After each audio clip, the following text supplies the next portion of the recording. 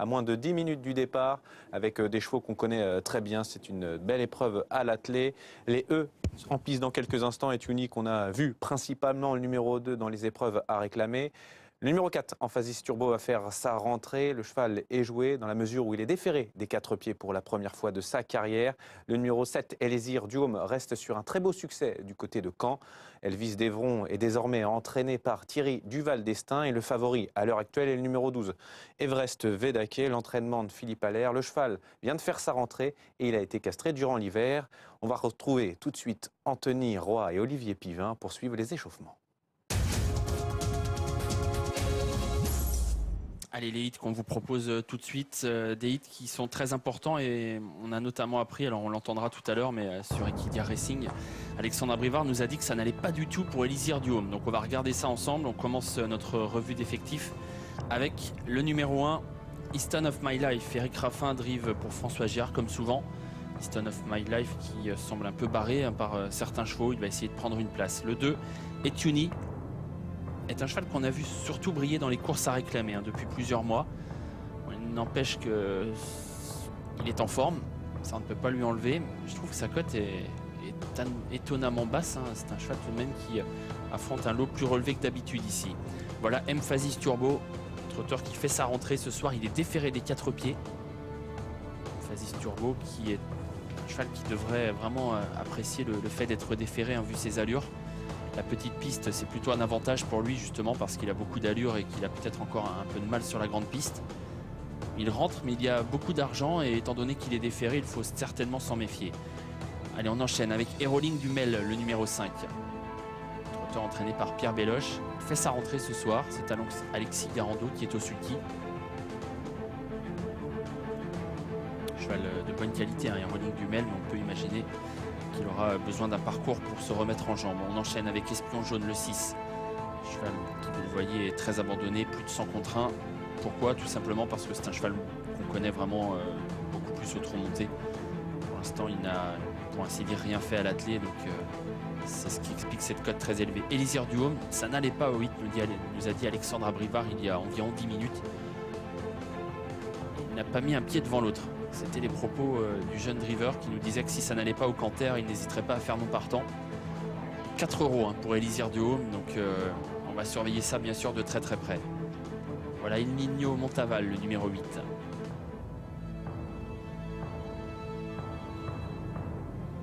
C'est Camille Gelormini qui va driver El Nino Montaval. Il connaît très bien ce trotteur désormais. Cheval régulier qui va essayer de prendre une place. Gagner, ça paraît difficile dans ce lot.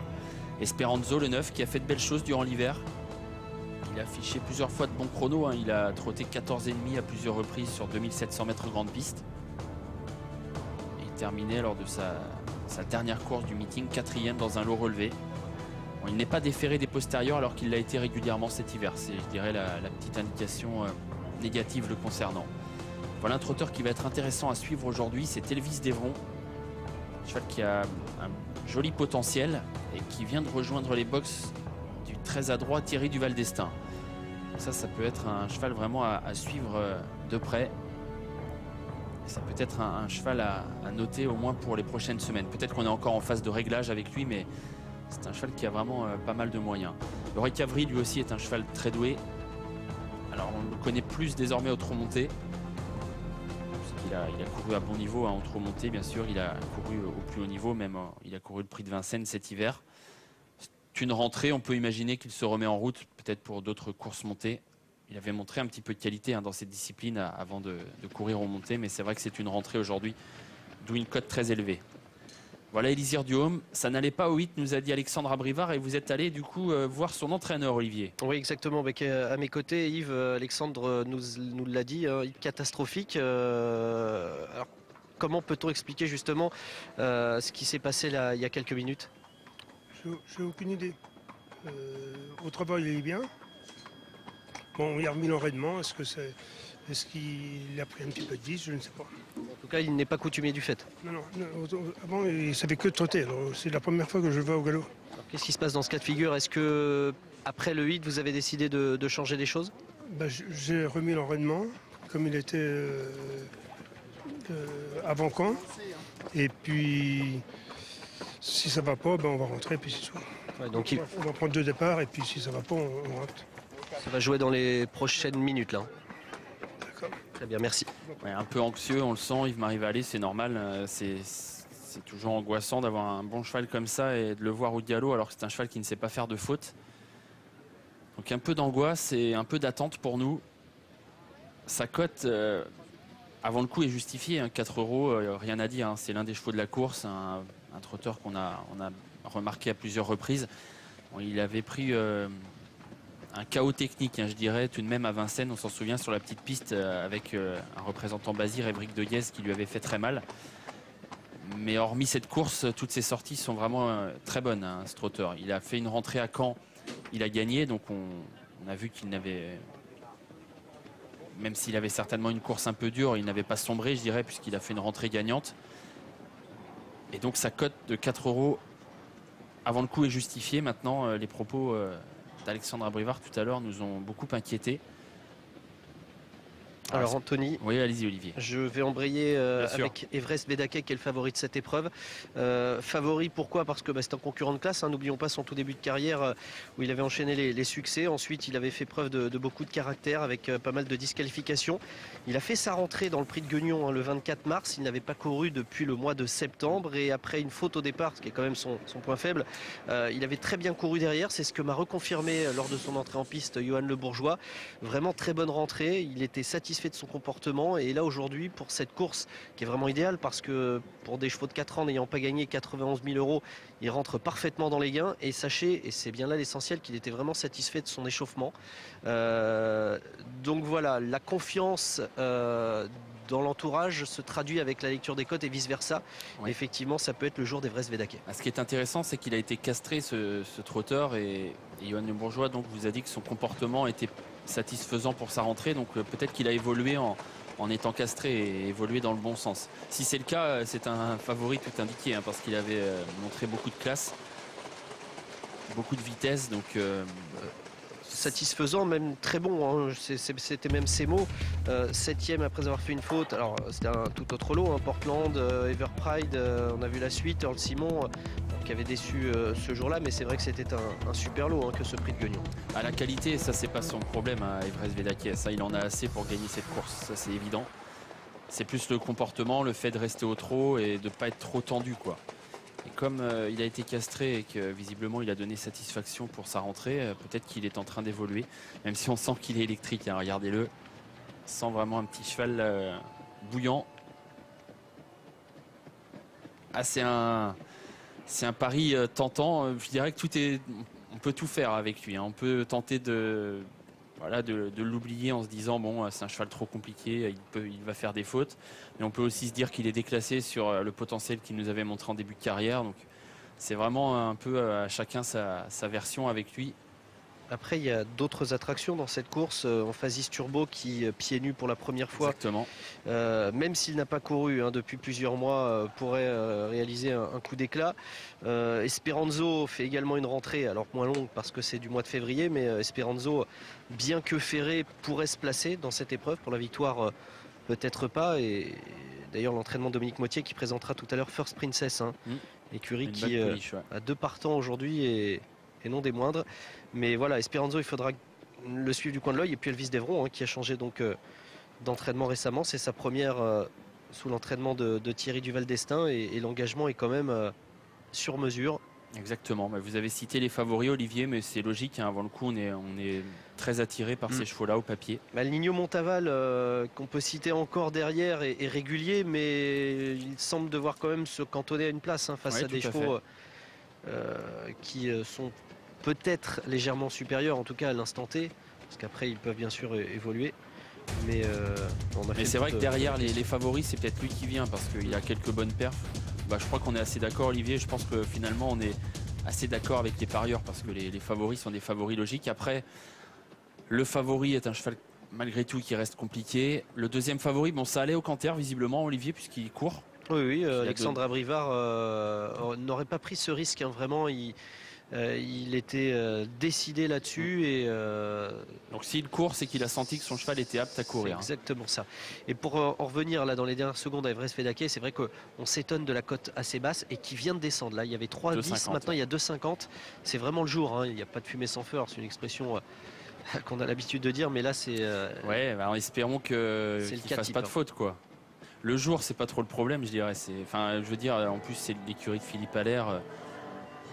Voilà, ils sont toujours là pour gagner, hein. Les chevaux, c'est rare qu'ils soient là pour se dégourdir les jambes. Donc, bien sûr, on est là pour gagner. Après, espérons pour ces preneurs qu'ils ne fassent pas de faute, c'est tout. Et qu'ils montrent son potentiel, parce qu'il en avait montré à 2 ans. Maintenant, il nous en a tellement fait voir de toutes les couleurs que je trouve que c'est pas facile de se prononcer avant le coup. On peut miser sur le fait que désormais castré, il est peut-être devenu un peu plus sage, mais ça reste à prouver, hein. Il doit tout nous prouver encore, Everest Vedake. Pas son potentiel, je dirais, mais plus son comportement. C'est ça qu'on jugera surtout. Elvis Devron hésite. La volte, c'est pas son truc à Elvis Devron. Il va perdre du temps. Il est toujours au galop d'ailleurs, Elvis Devron à l'arrière. Qui départ volté est un cheval compliqué. Il va rester au poteau quasiment. C'est terminé pour le numéro 10, Elvis Devron, qui est parti sur la mauvaise jambe. Devant, eh bien, c'est Elisir Duhaume qui a sprinté pour prendre la tête avec Aeroling Dumel, avec à l'extérieur Everest Vedake qui est bien parti, le grand favori. Tout près, il y a Emphasis Turbo et Tuny qui est côté corde. À mi-peloton, Esperanzo. El Niño Montaval vient ensuite avec Easton of My Life, Espion Jaune et à l'arrière Recavry. Elisir Duhaume accélère et va passer en tête pour sortir du premier tournant. Elisir Duhaume qui prend donc l'avantage devant Aeroling Dumel. Everest Vedake qui se rapproche, qui est lancé désormais, qui va certainement essayer de venir rejoindre en tête Elisir Duhaume. Emphasis Turbo est derrière les premiers, préservé pour le moment par Jean-Philippe Monclin qui laisse faire devant, avec non loin de lui Esperanzo, El Niño Montaval venant ensuite devant Easton of My Life, Espion Jaune et Recavry. Everest Vedake qui accélère, qui sprinte même et qui va passer en tête pour aborder le deuxième tournant. Everest Vedake devant Elisir Duhaume qui est toujours là, bien sûr, côté corde tout près. Et Rolling Dumel est troisième devant Etuny. Et le peloton est désormais en file indienne, sous l'impulsion du favori. Et le numéro 12, Everest Vedake qui montre le chemin. Elisir Duhaume deuxième. Et Rolling Dumel en troisième position. Devant Etuny qui est quatrième. Emphasis Turbo venant ensuite. Devant Esperanzo, El Niño Montaval, Easton of My Life. Espion Jaune est à l'arrière, tout comme Recavry. On sort du deuxième tournant. Pas de mouvement. Personne n'attaque le grand favori qui a sa main, contrôle la course. Everest Vedake, donc tête et corde, un peu plus d'un tour de l'arrivée. Elisir Duhaume bien calé dans son dos. Les deux favoris sont pour le moment aux 2 premières places. Dans leur sillage, il y a Aeroling Dumel. Et Tuny vient ensuite devant Emphasis Turbo qui commence à légèrement se décaler. Ce dont profite Easton of My Life pour venir désormais côté corde sur une 5e ligne. L'avant-dernier tournant, la course qui n'est pas lancée. Everest Vedake tout doucement qui mène. Et Johan Le Bourgeois qui pour le moment fait ce qu'il veut. Elisir Duhaume en deuxième position. Emphasis Turbo qui a été décalé, qui commence à venir désormais près de la tête, emmenant Esperanzo. Et Tuny est toujours côté corde, alors qu'El Niño Montaval suit lui le numéro 9 Esperanzo. Le Recavry également a sauté dans ce wagon en deuxième épaisseur. La course qui va certainement se jouer sur un déboulé. On n'est pas allé très vite jusqu'ici. Pour des chevaux de cette qualité, une 18-3 pour le chrono. Et Everest Vedake est toujours tête et corde. Emphasis Turbo est venu à sa hauteur. Esperanzo dans leur sillage avec Elisir Duhaume. Et Rolling Dumel venant ensuite. El Niño Montaval tout près. Recavry un peu plus loin. Devant encore Etuny, Easton of My Life et Espion Jaune. Tournant final. Everest Vedake, Emphasis Turbo qui commence à essayer de lui mettre la pression. Elisir Duhaume qui essaye de rester au contact mais qui galope. C'est fini pour Elisir Duhaume. Il est au galop. C'est terminé pour le numéro 7 Elisir Duhaume. Moins de 500 mètres à parcourir. Everest Vedake devant toujours Emphasis Turbo. Et voilà Everest Vedake qui accélère désormais. Mais Esperanzo va se lancer à sa poursuite. Everest Vedake qui s'est débarrassé d'Emphasis Turbo avec qui il faut un peu pianoter. Esperanzo qui s'annonce désormais en pleine piste devant encore El Niño Montaval. Ligne droite finale. Everest Vedake une longueur d'avance devant Esperanzo qui va essayer de venir le menacer. El Niño Montaval est en troisième position. Everest Vedake a toujours l'avantage devant Esperanzo à environ 150 mètres du poteau. Everest Vedake qui résiste à Esperanzo. Everest Vedake va s'imposer, le favori. Esperanzo est deuxième, El Niño Montaval troisième. Et la 4e place pour Recavry, auteur d'une belle rentrée. Et oui, victoire d'Evrest Vedakel, numéro 12, qui découvrait des conditions de course très favorables. Après une bonne rentrée, il s'impose et il renoue avec le succès, une victoire qui le fuyait depuis de nombreux mois. La deuxième place pour Esperanzo, le numéro 9, qui a pourtant tout tenté et qui se contente de cette deuxième place avec les honneurs. El Niño Montaval, le numéro 8, termine troisième et la quatrième place est plus disputée. Est-ce que le numéro 11, Eureka Vry, est venu s'en emparer tout à la fin? A priori oui, devant le numéro 4, Emphasis Turbo. Ouais, il y a une petite tête pour Eureka Vry qui sera l'une des belles notes de la course d'ailleurs, puisqu'il faisait sa rentrée aujourd'hui. Et Emphasis Turbo qui lui aussi rentrait, qui est resté un petit peu là pour finir sans démériter dans une course qui avait été assez tactique et qui a été bien dominée par son favori Evrest Vedakel, et qui est peut-être en train de changer dans le bon sens. C'est ce qu'avait montré sa rentrée et c'est ce qui est confirmé par la course d'aujourd'hui, parce qu'il est allé devant sans chercher à aller plus vite que ne le souhaitait son driver. Donc bon comportement, ce qui est le plus important avec Evrest Vedakel, parce qu'en qualité il a tellement perdu de temps en faisant des fautes qu'on sait qu'il a la pointure avec ses gains de ce genre de course. Mais c'est vrai que c'est le comportement surtout qu'on observe avec lui et qu'on juge, et le comportement ce soir il est parfait pour Evrest Vedakel. Ça fait longtemps que l'on attend ça, je dirais, de lui, et ça va dans le bon sens. En revanche, pour Elvis Devron, on le sait, son point faible c'est la volte. Il est très fort, en tout cas il est meilleur départ autostart, et c'est vrai que départ volté il a souvent compromis ses chances, et ça a été le cas ce soir. Je ne sais pas si Thierry Duvaldestin a pu le faire un peu travailler ensuite en retrait pour se mettre un peu en main. Je ne l'ai pas vu vraiment même à l'arrière, donc peut-être qu'on a arrêté très vite. C'est vrai que la volte n'a jamais été le point fort, bien au contraire de Elvis Devron, qui est parti au grand galop, on l'a vu. En revanche, Evrest Vedakel est parti au trot. Donc on va dire que ce soir, il a tout bien fait. Evrest Vedakel parti au trot, bien calme.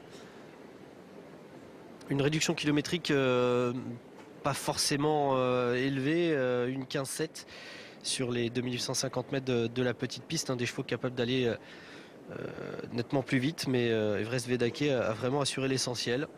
C'est ça qui est intéressant, c'est qu'il n'est pas allé très vite parce qu'il n'était pas attaqué, et surtout ce qui est bien, je trouve, pour lui, c'est qu'il n'a pas cherché à aller plus vite qu'il ne le fallait. Donc il était bien calme ce soir, et c'est ça le plus important avec lui. Il nous a souvent montré qu'il était un peu tendu.